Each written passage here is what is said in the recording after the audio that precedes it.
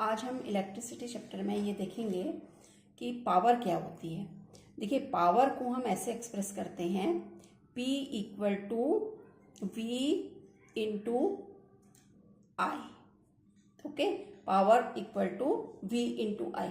वैसे हमें पता है जब हम इसको स्टार्ट करेंगे तो इस तरह से करेंगे कि power equal to work done पर यूनिट टाइम। हमने ये पढ़ा था, power equal to work done पर यूनिट टाइम।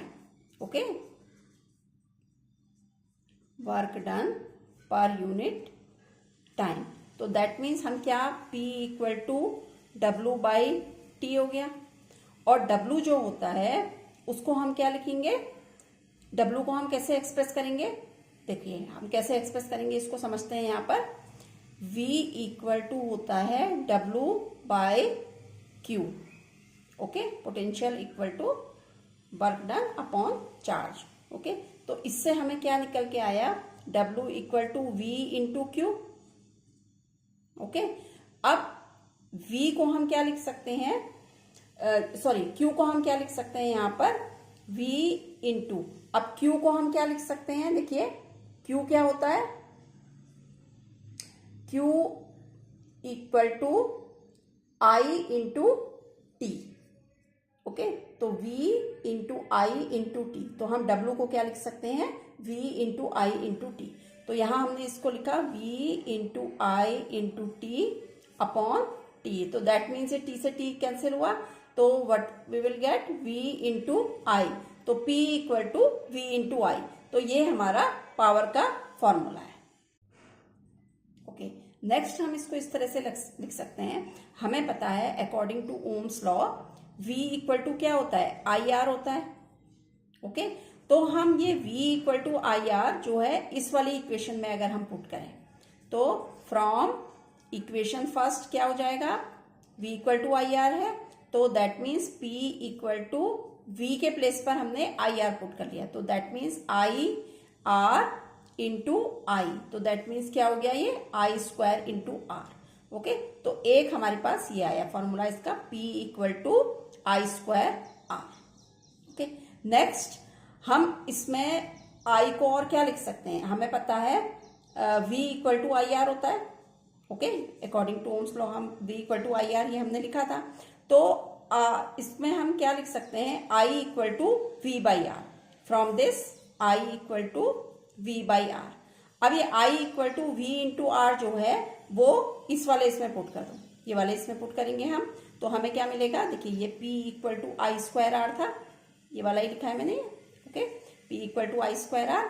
तो I के प्लेस पर हमने ये पुट कर लिया। Okay, V upon R. तो क्या आ जाएगा हमारे पास, P इक्वल, ये I की जगह पर हमने लिख लिया V square by R square into R. तो एक आर से आर कैंसिल हो जाएगा, तो ये हो जाएगा V स्क्वायर बाई आर। तो ये भी P का फॉर्मूला है। तो हमने देखा हम पावर को कितनी तरह से एक्सप्रेस कर सकते हैं। पावर जो होती है हम उसको P से डिनोट करते हैं, वो V इंटू आई होता है। ओके, वो आई स्क्वायर आर होता है। ओके, एंड वो V स्क्वायर बाई आर होता है, उसको हम W बाई टी से भी एक्सप्रेस करते हैं। ओके, तो इतने तरह से हम पावर को एक्सप्रेस कर सकते हैं। अब हम आते हैं जो इसकी यूनिट क्या होती है। पावर की यूनिट होती है, जैसे हम इस फॉर्मूले से निकालेंगे कि हमें पता है कि power equal to work done पर यूनिट टाइम। तो हम इससे अगर इसकी यूनिट निकालेंगे तो वर्क डन यानी कि क्या हो गया, जूल पर टाइम की यूनिट क्या होती है, सेकेंड। ओके, तो हम इसको जूल पर सेकेंड लिख सकते हैं, पावर को जूल पर सेकेंड। और इसी को हम वॉट भी बोलते हैं, जूल पर सेकेंड को ही वॉट बोला जाता है। तो दैट मीन्स पावर को हम वॉट से डिनोट करते हैं। अब हम देखेंगे इलेक्ट्रिकल एनर्जी क्या होती है। Electrical energy, okay, electrical energy मतलब जैसे हमारे घरों में हम लोग लाइट यूज करते हैं, कोई भी इलेक्ट्रिक इक्विपमेंट यूज करते हैं, तो उसका बिल आता है ना, तो दैट इज इलेक्ट्रिकल एनर्जी। वो मतलब इलेक्ट्रिकल एनर्जी का, हम कितनी इलेक्ट्रिकल एनर्जी कंज्यूम कर रहे हैं उसका बिल दे रहे हैं। ओके, तो वो किस में आता है, जैसे हम कहते हैं कि घर में जैसे 2 यूनिट बिजली खर्च हो गई या 3 यूनिट बिजली खर्च हो गई, तो यूनिट का मतलब होता है, जैसे जो इसको यूनिट जो इसमें कही जाती है, वो यूनिट क्या चीज है, वो है किलोवाट आवर। ओके, 1 यूनिट मतलब होता है हमारा 1 किलोवाट आवर। तो इलेक्ट्रिकल एनर्जी की हम किलोवाट आवर में एक्सप्रेस करते हैं। ओके, तो अब क्योंकि ये एनर्जी है तो ये जूल में होगा, इसका मेन यूनिट जो एसआई यूनिट होगी वो तो जूल होगी ना। तो एसआई यूनिट जो होती है इसकी वो होती है जूल। एसआई यूनिट जो है वो तो जूल होती है, लेकिन जो कमर्शियल यूनिट होती है, कमर्शियल यूनिट वो होती है हमारी kilowatt hour. Commercial unit kilowatt hour होती है इसकी।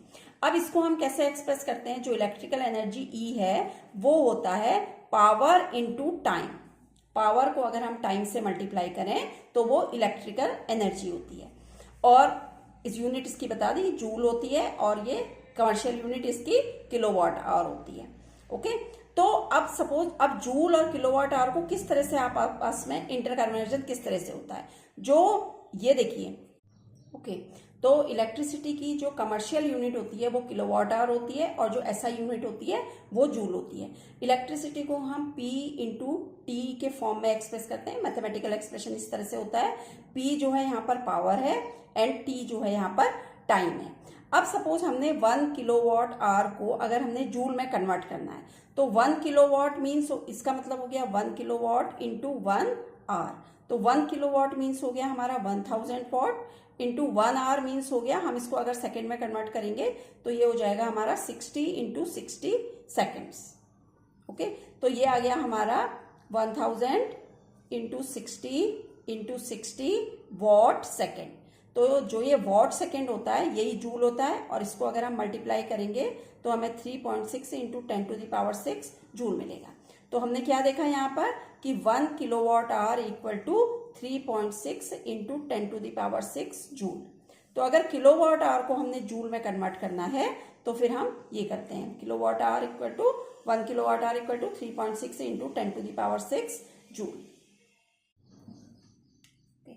अब हम देखेंगे जूल्स लॉ ऑफ हीटिंग क्या होता है।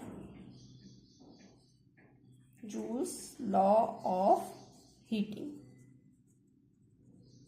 ओके, जैसे किसी भी कंडक्टर में करंट फ्लो हो रही है, ओके, तो आई करंट फ्लो हो रही है कंडक्टर में, तो जो हीट प्रोड्यूस होगी, क्योंकि करंट जब फ्लो करती है तो हीट प्रोड्यूस होती है, तो इसी को कहते हैं हम heating effect of electric current. Okay, इसको heating effect of electric current भी कहा जाता है। Heating effect of electric current. Okay, तो whenever current flow in a conductor, then some heat is produced and this is known as heating effect of electric current. Okay, तो किस तरह से ये हीट प्रोड्यूस होती है ये जूल्स ने कहा था, तो इसी को हम फिर जूल्स लॉ ऑफ हीटिंग भी कहते हैं। जैसे जो हीट प्रोड्यूस होगी वो जितनी भी करंट प्रोड्यूस हो रही है उसकी स्क्वायर के प्रोपोर्शनल होगी। ओके, और जितना रेजिस्टेंस होगा उसके भी प्रोपोर्शनल होगी, और जितने टाइम के लिए जितने टाइम के लिए करंट फ्लो हो रही है उसके भी प्रोपोर्शनल होगी। तो इन सबको अगर हम कंबाइन करते हैं तो हम क्या देखते हैं, H is proportional to I square RT। तो H equal to I square RT, ये जो है हमारा जूल्स लॉ ऑफ हीटिंग है। ओके, इसको हमें समझना जरूरी है कि जितनी ज्यादा करंट फ्लो होगी उतनी ही ज्यादा हीट प्रोड्यूस होगी, जितना ज्यादा रेजिस्टेंस होगा उतनी ही ज्यादा हीट प्रोड्यूस होगी, और जितने लंबे टाइम तक के लिए आपकी करंट फ्लो होगी उतना ही ज्यादा हीट प्रोड्यूस होगी। तो this is known as Joule's law of heating, H equal to I square RT।